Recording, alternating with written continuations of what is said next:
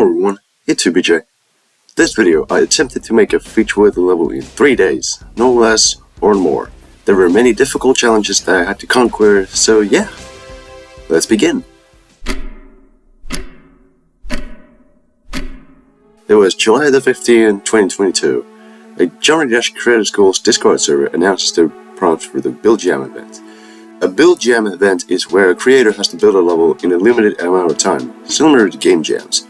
My plan was to make a raid-worthy level in that very time crunch.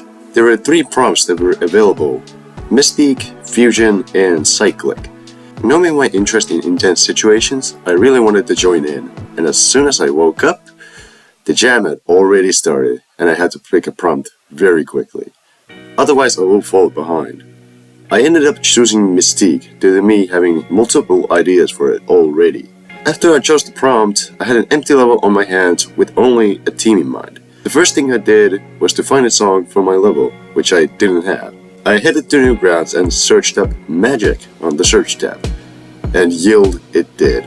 There were a lot of good and admittedly bad songs. But I ended up using a dubstep track called Dark Magic by Morroweed. And now that I had the song ready for the level, I began creating the layout. First thing I did was to drop off the level, as I had a bit of a vision for the level. You see, the dubstep sounds in the drop gave me a laser beam kind of vibes. I had an idea, but I'll let you try and guess what it is. A. Laser room, B. Boss fight, or C. Disco effect. The answer is B.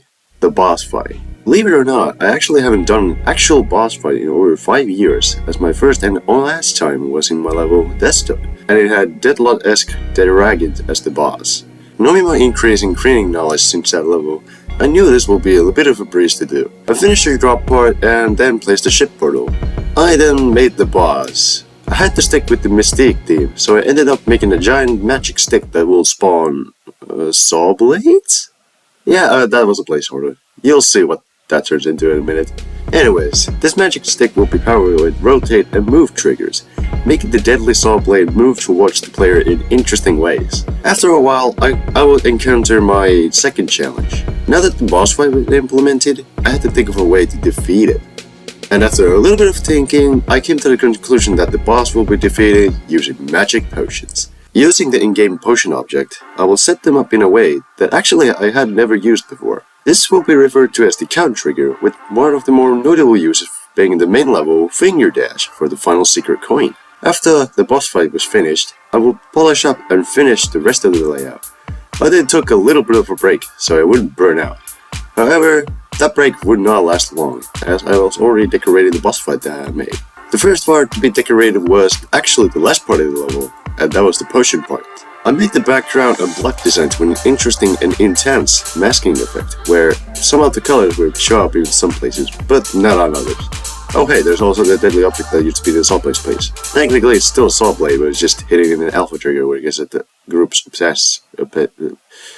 Technically it's still a saw blade, but it's just invisible due to the alpha trigger, where you can... oh my god. God damn it, wacky. After the potion part was done, I decided I would continue with the preceding ship part. For that part, I decided to save time by a lot. How did I do this? It's actually quite simple than you think. I would reuse assets from my previous level, Red, Green, Blue. I used to be in a pretty obvious manner. The part I reused objects from was the final weight part with the white mask. This definitely reduces originality factor, but whatever. I don't care. And after a while, the entire boss fight was done. However, day 1 was about to come to a close, so the last thing I did was to begin the first part of the level. I didn't finish it at the time, but I had made fruitful progress with it, finishing most of the extremely simple block designs for that part, as well as setting up the next few parts. And after 5 hours of hard work and making roughly 25% of the level complete, I decided to call it a day and went to sleep. Day 2 was on the rise, and I woke up. The second the day would begin, I got to work instantly. I started to decorate the drop, but I had 2 problems. The fact that I had no ideas, and the fact that parents exist in this world. Yeah. Essentially I had to do other stuff in real life, leaving barely any time for me to build. This means that I had to rush an idea and do it very quickly. Thankfully, I was fully focused on the level, giving me multiple quick ideas during the day. This will also give me the base idea for the drop part. This will be a layering mask effect that will also be powered with rainbows. The effect didn't work out as intended, but it ended up being the background for the level. After a few increments of minutes and at least an hour of work, the part was in production. I, however, was enraged. I lost so much time and potential to create this level, and my plans was finishing the second part didn't go as planned. Well, I at least got something done. That's right, I actually got the first part complete. And after that, I went to sleep. Before I jump into day 3, I will mention the name changes in the meantime. The level was originally going to be called The Witch, which then turned into Variant Witch, considering the varying color usage in the parts. However, I did come up with one more name, and that will be...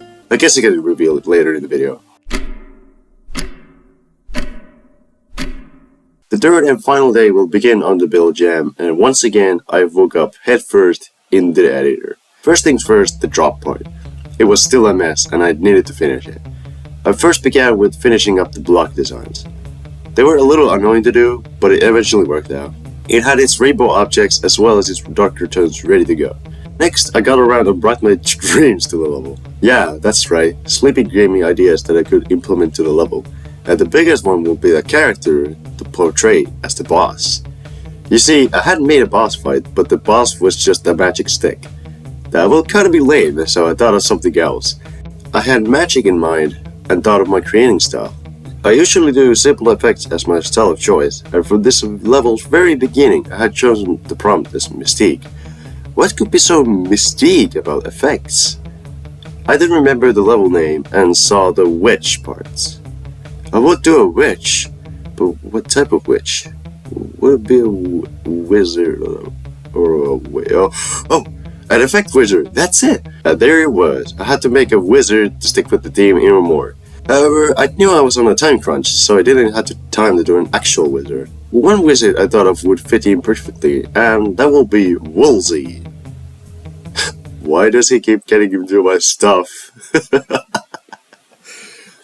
Anyway, I began remaking Wolves and Icon until I realized I sucked at remaking icons, so I just began searching for the icon in the GD search results. Nothing came up. I ended up just using an icon from the free icon kit level and called it a day. Honestly, I would credit them here, but I forgot. Shit. I turned it red and made them angry, closely resembling an angry effect wizard, and the wizard's name became the Effecteer.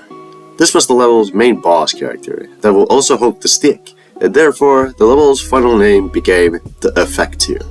After implementing the Effecteer in the level, I moved on to the final undecorated parts of the level, the pre-drop. I quickly made a mask to go along with a vortex background that I had set up in day 1. This will help me out in terms of giving the part an actual effect, as it was one of the more fun parts to decorate. And after that part was done, everything was done, except it wasn't done. With a few hours left on the submission clock, I began doing my final polishing touches along with some quick feedback I grabbed from others. First things first, bug fixes.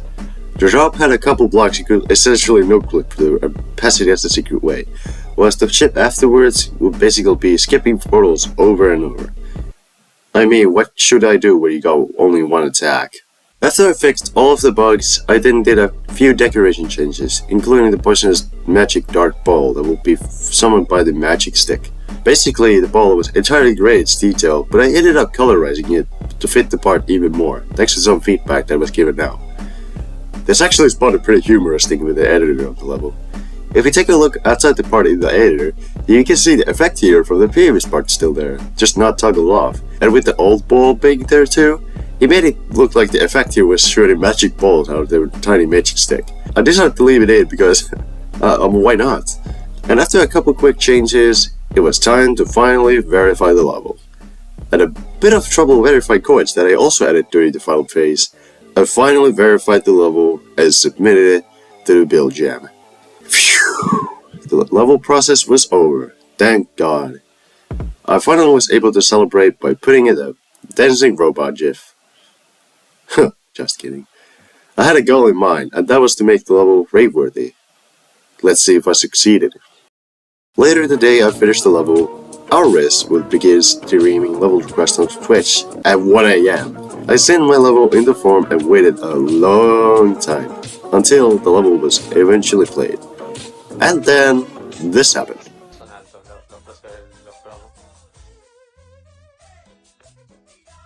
The level was sent for Demon, meaning it ended up being harder than I thought. However, no matter what, this send made me happy. I would also send it to other moderators, but with them I was not as lucky, with none of them sending it. The chances of the level being rated was quite slim, as only one moderator had sent it. And after Aris sent it, I went to sleep. And in the next day, I get a notification from the Ultimate GD bot on Discord. Could it be? The Effecteer got rated? Turns out, I did get a raid. It's just that it was not the Effecteer that got the raid.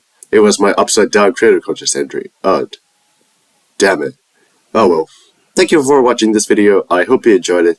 And yeah, that's about it. Bye.